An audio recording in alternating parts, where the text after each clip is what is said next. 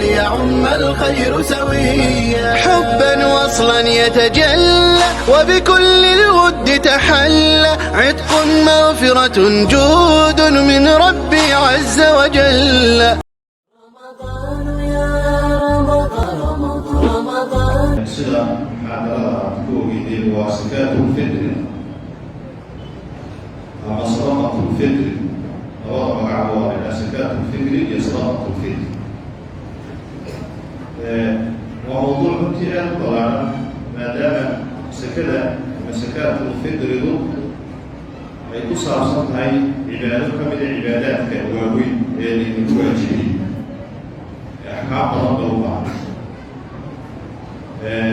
oo aynaan suuroobaynin halka ku soo koobo, laakiin intii ilaahay naga waafajiyo oo kooban ama arkan karno axkaamta sakaatulfitrida inteeda badan kama baxda intaas ayaan ku soo koobay.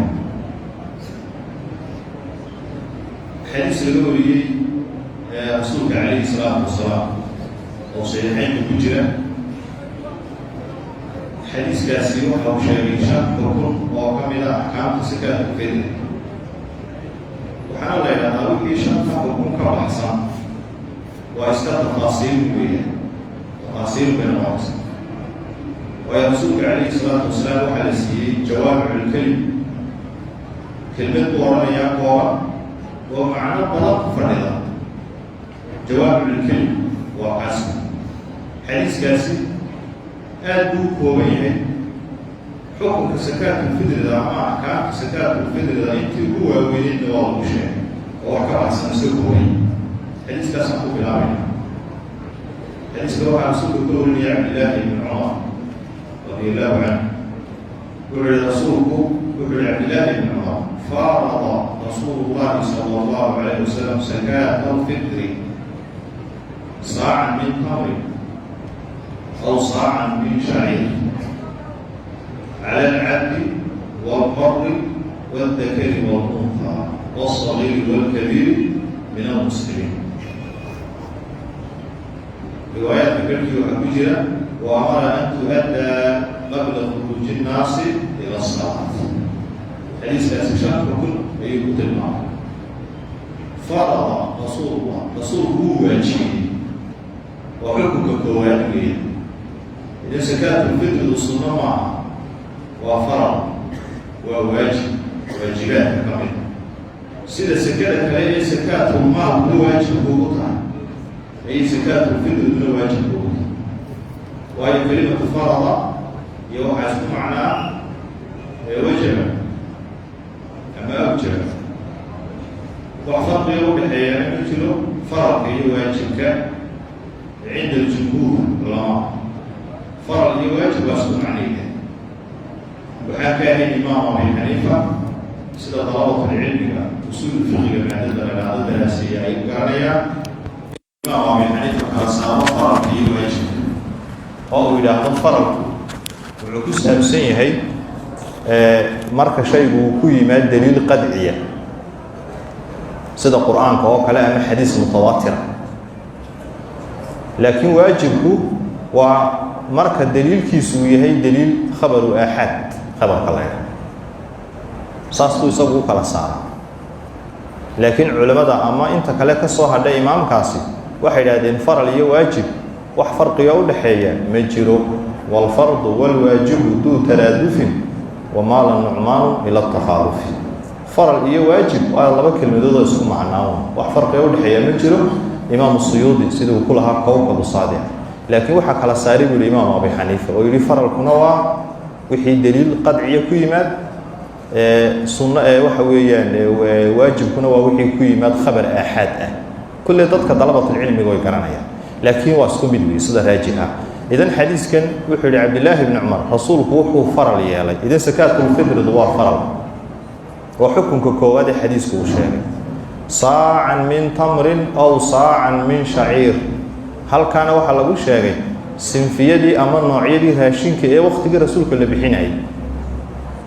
waxa uu bixin jiray rasuulku saac timira. saaca waan ku sheegi doonaa miqyaaskan mucaasarka ama halbeegan waqtigan maanta la isticmaalo kiloogramka markay nuqdadeeda gaadhno saac timir ah ama saac heed ah. axaadiista qaarkoodna sinfiyadii kaley sheegaan, ama saac heed ah ama saac timira ama saac sabiiba ama saac caano ah. caano aqad waa caano markaa waxa weeyaan caanaha inta badan adhiga oo la fadhiisiiyey oo mujafaf ah ayay ahaayeen. waqtigaas waa la bixin jiray. inta xadiisku uu sheego waa inta timir, heed, zabiib iyo markaa waxa weeyaan caanahaas, ma waa caano boodhaba midkaad doontaba. ile waqtigaa caanahooda waxa weeyaan nooc ay fadhiisiyaan ku ah mujafafa, caanaha adhigeena ka samayn jirin inta badan. intaas baa markaa waa noocyadii la bixinayay. waanan ka hadli doona ma intaa unbaa in la bixiyo mise raashinada kale ee hadda la isticmaalaba waa la bixin karaa. nuqdadoonsina way noo iman doontaa. halkaani waxaa lagu bayaamiyey xukunkii labaad oo ah noocii rasuulka waqtigiisii la bixin jiray. dee waana raashinadoodii u badnaa waqtigaas, oo raashinkooda u badan waqtiga heed buu ahaa. qamadigu wuu ku yaraa. waanan arki doonaa nuqdooyinka dambaan kaga hadli doona. xukunka labaad ee xukunka saddexaad ee xadiisku uu sheegay wuxuu yihi rasuulku cala alcabdi waalxori, cid walba way saaran tahay, ku addoon ah iyo ku xor ah. xataa addoommada waa laga bixin jiray. waaldakari waalunhaa, lab iyo dhidig, waalsagiiri waalkabiir, qof weyn iyo qof yar. halkana waa xukunkii saddexaad. markaa dadka noocyadeedii oo dhan baa soo galaya. wax halkaa ka baxaya ma jiro maadaama uu muslim yahay. welidaa xadiisku wuxuu yihi min almuslimiin. hadduu qofku kaafir yahay ama awlaadaada qaar ka mid ihi aanay muslimiin ahayn kama bixinaysid. shardigaas unbaa meesha ku jira, laakiin shardi kale ma jiro. ha weynaado ha yaraado, lab iyo dhidig midkuu doone ha noqdo, xor iyo addoon midkuu doonay ha noqdo. xataa waxay isku khilaafaan qofka uurka ku jira, laakiin sida raajixa laguma leh ilmaha caloosha ku jira, waayo isagu weli wujuudka ma yimin. intaa kalese waa lagu leeyahay. marka waa xukunkii saddexaad weeyaan, in la waajibiyey noocii raashinka ay bixin jireen, cidday ku waajibtay oo muslimiinta oo dhan ah. xukunka markaa u dambeeya oo shanaad oo xadiisku uu sheegay markuu faralnimadii ka soo hadhay iyo noocii la bixinayey iyo qadarkan ka soo boodin. saacantu waa qadarkii weeyaan, oo saacu waa saacii rasuulka. inteebuu iminka noqonaya unbaan hadhow tilmaami doonaa. oo inta badan saaca waxaa lagu fasiraa galaan unbay soomaalidu tidhaahdaa. galaanna de haddii la yidhaahdo waxaa loo qaadanaya un keenan inagu maantaan isticmaalno. marka inta badan qaladba halkaa ka dhaca. oo saac rasuulku wuxuu bixin jiray saacan min tamrin. waxaad arkaysaa dadku iyagoo ku laqbaynaya galaan timira. dee qofkii galaankii keenan unbuu ku fasirayaa. marka keenanna wuu ka badan yahay galaanka rasuulku, keenna wuu ka badnaa. galaan wuu yahay, laakiin waa galaan iyagu isticmaalayeen wey. marka taana nuqdada dambaan ku bayaamin doonaa qadarkeeda. marka halkaa waxaa lagu sheegay 4 xukun. xukunka u dambeeyana xadiiska riwaayaadkiisa badh ka mid a ayaa waxay ahayd wa amara an tu'addaa qabla khuruuji nnaasi ila salaat. waxaana la amray in dadku bixiyaan intaan salaada loo dareerin in loo bixin. ama haddii salaada loo diyaargaloobo, dee waxa weeyaan diyaargalowgii salaadaad galaysaa. markaa salaadaad u diyaargaloobi mise sakaad bixin. haddii salaada laga baxana oo laga dareerana wax kuugu hadhay oo sakiyihi ma jiro. xilligeedii saasuu ku dhammaaday, lagaamana aqbalayo. waa inta ka horeysa weeyaan. 5taa xukun ayuu xadiisku inoo sheegay, isagoo alfaadiisu ay iska kooban tahay, waayo waa jawaamiculkelim. wixii ka baxaana waa tafaasiil kooban. xadiiska waxaa ku jirtay asagiir, ilmuhu hadduu yar yahay dee waalidkaa ka bixinaya. ciddii nafaqadiisu ay ku waajibtay ayaa lagu leeyahay inay ka bixiyaan. sida sawjadaba hadday hanti leedahay iyada kuma waajibin, laakiin sawjka ay nafaqadiisu ku waajibtay ayaa bixinaya. welidaa haweeneyda sawjada iyo awlaaddeeda sawjkaa lagu leeyahay oo isagaa ka bixinaya. haddiise ilmaha yari aanu lahayn cid mas-uul ka ah oo waalid haddaanu jirin oo yatiim uu yahay, hadduu hanti leeyahay hantidiisaa laga bixinayaa oo cidda wasiyiga ah ee loo dardaarmay ee mas-uulka ka ah ee markaa weliga u ah ayaa ka bixinaysa haddaanu ka tabarucin isagu.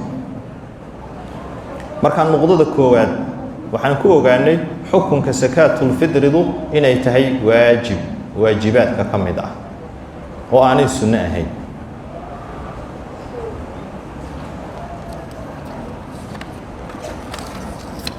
nuqdada labaad waxaan uga gudbaynaa ma loo shardiyayaa qofku inuu haysto nisaabkii sekada kale ku waajibaysa. idan sekadu waa laba nooc, mid sakaatulmaal baa laydhaha oo waa ta maalka laga bixiyo iyo xoolaha dee mood iyo nool labadaba wixii dhaqaaqaya ee socday sida geelii iyo lo-dii iyo adhigii. xoolaha kalena waa xoolahan kale ee hantida ahee lacagta ah. labadaa noocba sekadaas waxaa la ydhaha sakaatulmaal baa taa laydhaha. tanna waa sakaatulfidri. marka culimmada qaar baa waxay idhaahdeen sakaatulfidrida waxaa lagu leeyahay qofka sekada kalaba bixinaya. saasina sax maaha, waa laba kala gaar ah, waxay ku kala tacalluqaana way kala duwanta. sakaatulmaalku waxay ku tacalluqdaa maalkaaga, sakaatulfidriduna aday kugu saaran tahayoo waa caynta qofkay ku tacalluqaysa shaksiga. marka way saasay ku kala duwan yihin. waxa la bixinayaana uu kala duwan yahay oo tan raashin baa la bixiyaa sakaatulfidrida ee lacag lama bixiyo. ta kalena waxaa la bixiyaa shaygay ku waajibtay oo hadday lacag tahayna lacag baa la bixin, hadday xoolo tahayna xoolaa la bixinayo, hadday alaab tahay iyo badeecadna taa iyada qowlka saxdaa lacagunbaa la bixin oo waa curuudu tijaara. marka la odhan maayo qofka sekada maalka bixinaya unbaa tanna lagu leeyahay, ma jirto taas, walow culimmada qaarkood ha yidhaahdaan. marka nisaab loo shardiyi maayo. nuqdada labaad, miqdaarka la bixinayo waa intee qadarka uu qofku bixinaya. qadarka qofku uu bixinayo marka hore intaynaan kilogram ahaan ku sheegin, wixii aan qamadi aan ahayn way isku waafaqeen saxaabadu in la bixinayo galaan ka mida galaankii rasuulka. waa wixii aan qamadiga ahayn sida heedda iyo timirta iyo zabiibka iyo aqidka, kuwaasi oo raashinadii u badnaay wakhtigaa ay isticmaalayeen ah inuu galaan yahay layskuma haysto. laakiin waxay isku khilaafeen qamadigu raashinka wuu ku yaraa wakhtigoodaas. wuxuu aad u soo go-ay baa laydhaha oo uu waddanka aad u soo galay waa khilaafadii mucaawiya ibn abi sufyaan radi allahu canhu. wuxuuna ka yimiday shaam iyo ciraaq oo ardu sawaad baa la odhan jiray. qamadigu xaggaasu aad uga soo go-ay waayo dhul wax beerashada aad ugu fiican bay ahayn. kabacdi qamadigu wuxuu ka qaali noqday raashinadii kale. qiimihii bay markaa eegeen, waxay idhahdeen qamadiga waa in la bixiyaa saac badhkii, halka raashinada kale laga bixinayo saac. oo waa kii markaa mucaawiya lahaa araa muddan min haadaa yacdilu muddayn. anuu cantoobo kana buu yidhi oo qamadigi wuxuu u dhigmaa buu yidhi 2 cantoobo oo ka kala ah. markaa saacina muxuu u dhigmayaa 2 saac, saaca badhkii oo qamadigiina muxuu u dhigmayaa saac. markaa qofka qamadi bixinaya saaca badhkii ha bixiyo, qofka raashinada kala bixinayana saac kaamila ha bixiyo. mucaawiya saasuu yidhi radi allahu canhu. saxaabo badanina way ku raaceen wakhtigiisii, laakiin qaar ku diiday baa jira. waxaa ka mid ahaa abi saciid alkhudri radi allahu canhu. anuu saac un baan bixinayaa buud sidii rasuulka wakhtigiisiiba loo bixin jiray, ama qamadi ha noqdo ama wax kale ha noqdo, saac kama nuqsaaminayo. markaa ijmaac ma dhicin baa la leeyahay, dee khilaaf baa meesha ku jiray. calaa ayi xaal masaladaasi waa taas.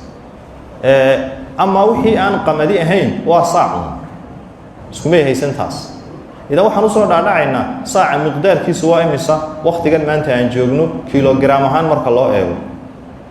kilogramka saad la socotaan waa culays. maadaama uu culays yahay wuxuu ku xidhan yahay raashinkan aad bixinayso hadba culayskiisu intuu yahay. waxa firida la ydhahda ama firileyda la ydhaha sida qamadiga iyo heedda iyo hadhuurka iyo ku-eesha iyo gellayda iyo way kala culus yihiin. marka culayska un bay culimmaduna u eegeen oo markay isku khilaafeen aqwaasha ay sheegayaan waa khilaaf ku saabsan un shaygani siduu culayskiisu kala yahay culimada qaarkood waxay dhahdeen waa 2 kilogram iyo 156 2 kilogram iyo 156 gram bay dhahdeen 2 kilo iyo 156 gram 2 kilo waa la wada garanaya waxaad ku daraysaa 156 gram sidaas waa sida uu ku sheegay Dr. Yusuf Qardawi fiqh sakaadka waliba wuxuu waa qamadiga marka la eego qamadiga buu soo ka dhigay qamxiga waxa kale oo culimada qaarkood sheegan sida Maxamed ibn Salih ibn Uthaymin rahimahullah inuu yiri waa 2 kilo iyo 40 gram buu soo 2 kilo 40 gram baa dheer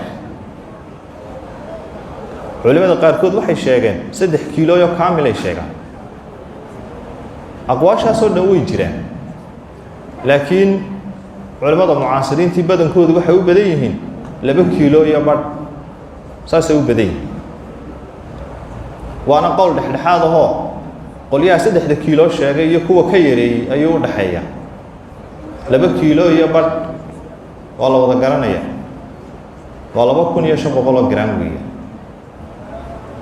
intaas bay ku qiyaaseen marka inagu galaanka maanta aan isticmaalno oo inta badan wax lagu miiso qiyaas ahaan waxaan u malaynayaa kiilooga waxbuu la dheer yahay waxoogaa yaroo kooban buu la dheer yahay laga yaabaa inuu markaa 2 rubuc la dheer yahay wacaynkaas marka 2 galaan haddaad darto oo galaankeennan ah way kaa kaafiyeysaa 500 gramna waa inta uu la dheer yahay weeye ayay isla noqonaysaa ama waad qiyaasi kartaayo intaad 2 galaan miisto dee kiiloogiina saar 2 kiilo iyo badhkiina kafada saar 2 galaanna miis bal waxa isla dheeraadaan waad qiyaasi kartaa laakiin galaankeennan oo hal mar ah darine waa inaad 2 jeer darto saas marka waa in loola socdo 2 kiilo iyo badhna waa in lagu qiyaaso waa miqdaarka waajibka weeye nuqdada kale ugu gudbaynaa waxa weeye raashinada waqtigii rasuulka la bixin jiray waa heed baan nidhi ayaa u badnayd iyo timirta iyo zabiibka qamadigu uu yaraa wuu jiray laakiin waa u yaraa walidaa waa inaga soo tilmaanay khilaafka ku jira ay culimadu markii dambe saxaabadu yidhaahdeen nisfu saac la bixiyo qaarna yidhahdeen waa in saac la bixiyo nooc walba waxaan markaa rabaa inaan ka tilmaano shayada rasuulka waqtigiisii la bixinayay matacabudiba oo lagama leexan karo oo haddaad eegaysa ka bixinayso waa inaad heedii soo raadiso ama timirtii ama qamadigi oo wax kale kaama baxaya maan odhanaynaa mise raashinka la bixinaya waa quutul balad raashinka wadanka lagu isticmaalo culimada badankoodu waxay yidhaahdeen waa quutul baladka sidaasaana ku qariran calaa madhabi shaafici oo inagu markaa madhab ahaan aan ku dhaqanno waana qowlka raajix ee sawaabka weeye culimada qaarkood laakiin waxay yidhaahdeen waa tacabudi bay yidhaahdeen macnaa waa tacabud maxay ka wadaan intii rasuulka xilligiisii noocii la bixinayay noocaan ahayn lama bixinay yidhaahdeen qaarna waxay yidhaahdeen haddaad iyagii helayso kuwa kale iska daa ee markaad weydeed ayaad markaa beddelkeeda bixinaysaa labada qowl hore waa laga xoogay bal qowlka sawaabkii waa qowlka odhanaya quutul balad baa la bixinaya sababtoo ah wuxuu yidhi saxaabigii markuu sheegayay noocyada raashinka wa kaana dacaamuna yowmaydin ashacir heedda waxa loo bixinayaa buu yidhi dee raashinkayga waqtigaa heed buu ahaa buu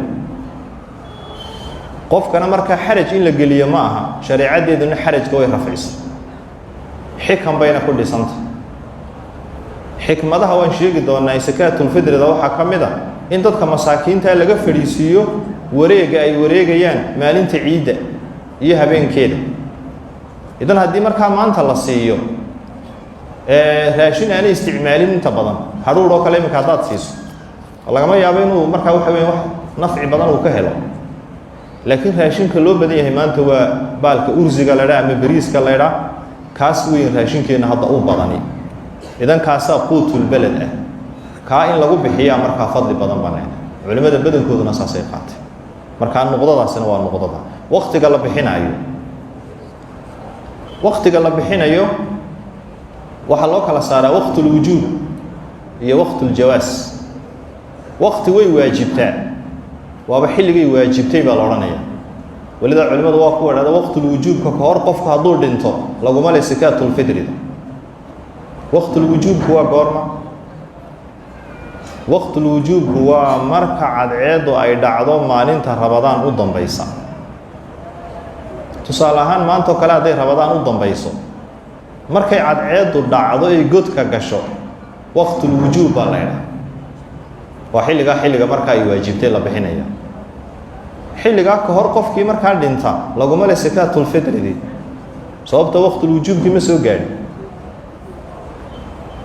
walow ay culimada qaar ku yiraahdeen waqtul wujuubku waa markay fajrigu uu dilaaco maalinta ciida sida xanafiyadu ay qabaan laakiin qowlka hore ayaa sawaab xilligaasi marka waa xilliga ugu fiican aad bixinayso cadceedu markay dhacdo inaad bixiso waqtul jawaaskuna waqtul jawaaska laba qowl baa ku jira aimatu shaafiiciya waxay yiraahdeen bisha awalkeeda waad sii qadimi kartaa bisha awalkeeda waad sii bixin kartaa laakiin culimada maalikiyada iyo xanaabiladu way diideen in la sii bixiyo bisha awalkeeda iyagaanad moodaa inay sawaabka hayaan oo waxay yiraahdeen waqtul jawaasku waxa weeye marka Ramadaan ay ka harsan tahay maalin ama laba maalmood hada maanta kale waxa ku jirna 8 sooma waa maanta kale weey waqtul jawaasku waa kaas waa maalin ama laba maalmood markay Ramadaan ka harsan tahay waxayna soo daliishadeen xadiis Imaam al-Bukhari uu saxiixiisa ku wariyo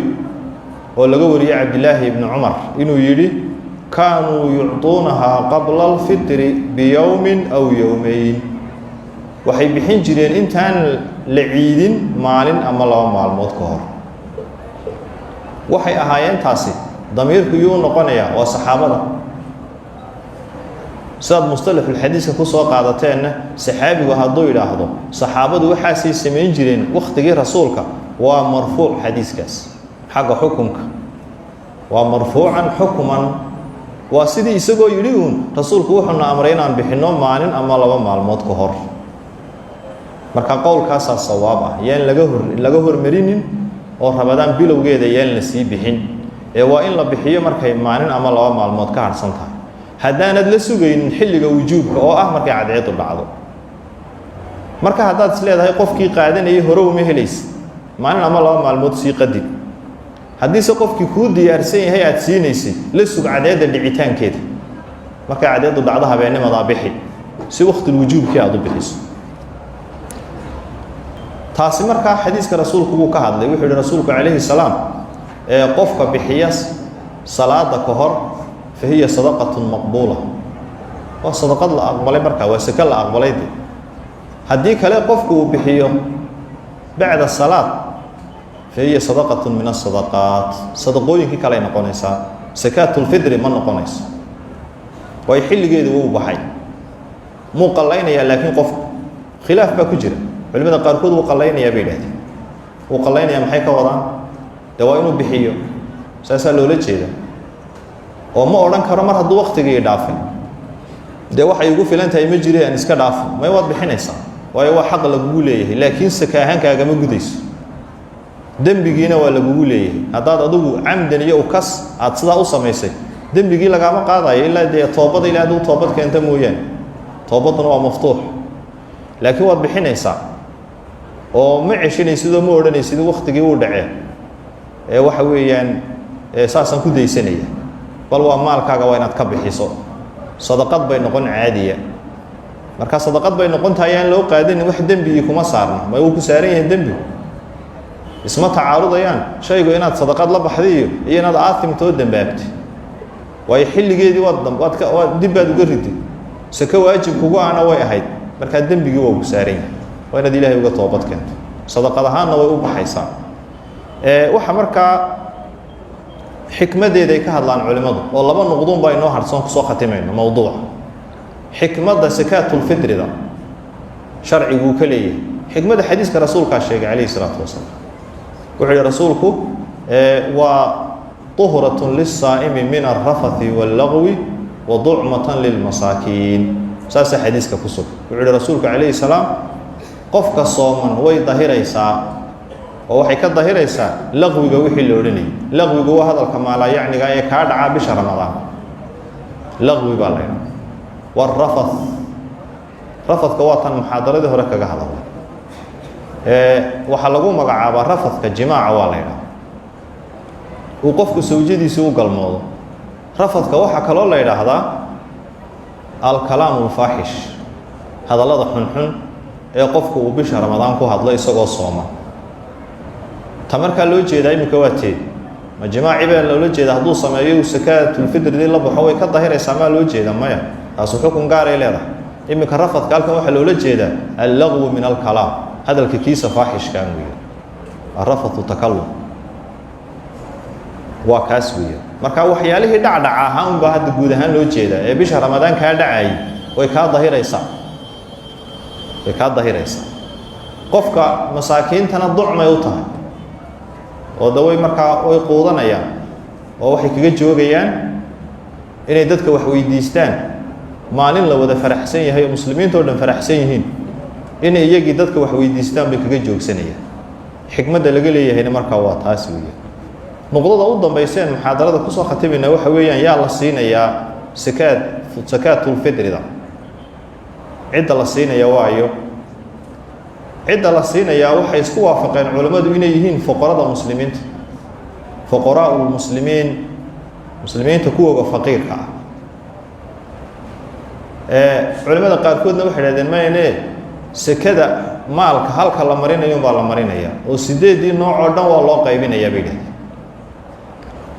laakiin qowlka saxdii waa qowlka hore oo waxa weeyi sekada maalka 8 nooc baa la siiya oo dadka kamid fuqaradii baa kamid masaakiintii baa kamid ibnu sabiilkii baa kamid musaafirka ahaa jihaad fi sabiilillahi baa kamid in lagu bixiyo jihaadka waxa weeyaan qaarimiinta kamid dadka qaanta lagu leeyahay ee deynsan way badan yihiin marka adoomadii oo lagu xoreeyo 8 nooc baa la siinayaa bay yidhahdeen laakiin sida saxda waa fuqarada la siinayaa sinfi kaliya iskale asnaafti kale ma soo galayaan saasaanad marka raajix marka cibaadadaasi dadku way fudaydsadaan inta badan si fududna way nagu dhaaftaa oo waxa laga yaabaa inaad taswiif samayso tira dib baan u dhigayaa hadhow baan bixinayaa ka bacdi waqtiga uu si kooban uu marka waxa weeyaan intuu u dhamaado aad aragto ciidii oo laga soo baxay marka yaan la dhageysanin awlaadda guriga ku joogta ee aad mas'uulka ka tahay nafaqadeeda ay kugu waajibtayna waad ka bixinaysaa sida qofka khaadimka ku shaqaynaya oo kale iyo cidii marka kolka horeba aad mas'uulka ka ahay waxa markaa kaliya oo iyadna aan ka soo gudubnay oo nuqdadaha inoogu jiray inaan loo shardiyeynin sakaatul maalka qofka bixinaya inuu tan bixinayo tan markaa maxaa loo shardiyayaa qaninimo intee leeg baa loo shardiyaya idan sakaatul maalka nisaab waa inuu maalkaagu gaadho laakiin sakada sakaatul fidrada qofka bixinaya waa kee taa waxay dhahdeen culimmadu waa qofka haysta habeenka ciidda iyo maalinimada ciidda habeennimadeedu marka la idhaa maanta rabadaanna ay dhammaato caawa oo kale maxaa la odhanayaa waa habeen ciideed baa la odhanaya iyo maalinimada ciidda wixii ka soo hadha raashin ahaan isaga noloshiisa wixii ka soo hadha waa intaa wuxuu bixinaya waa habeenka ciidda iyo maalinta ciidda wuxuu cuni lahaa wixii ka soo hadha wuxuuna ka bilaabayaa naftiisa waa laga yaabaa inay wax ka soo hadhaan laakiin wax naftiisa ku filan ay soo hadhaan dee markaa naftiisu ku bilaabaya oo tartiibta culimada saas u sheega adoo horta naftaada ka bixi مثلا haddii saac uu hayo saac raashinaha ka soo hadhay waa ciidda iyo maalinta ku xigta naftiisu ka bixinaya laba saac hadday noqdana sawjadu ku xijisiinaya waayo sawjada nafaqadeedu waa kugu waajib xataa walow hanti hadday leedahay laakiin awlaadaada nafaqadoodu waxay kugu waajibto markaanay wax markaa iyagoo haystaan aanay jirin marka awlawiyada iyadaa naftaada ku xigaysa wahaakada haddana tartiibta awlaadda ayuu saa markaa uga bixinaya siday u kala weyn yihiin waa saas weeye waana wixii ka soo hadhay ciidda iyo habeennimada ciidda iyo maalinimada ciidda wixii uu qofkaasi quudanayay qofka intaa haysta waa inuu iska bixiyo nuqadaadka marka ugu muhiimsan ee aynu ku soo koobayno muxaadaradu waa taas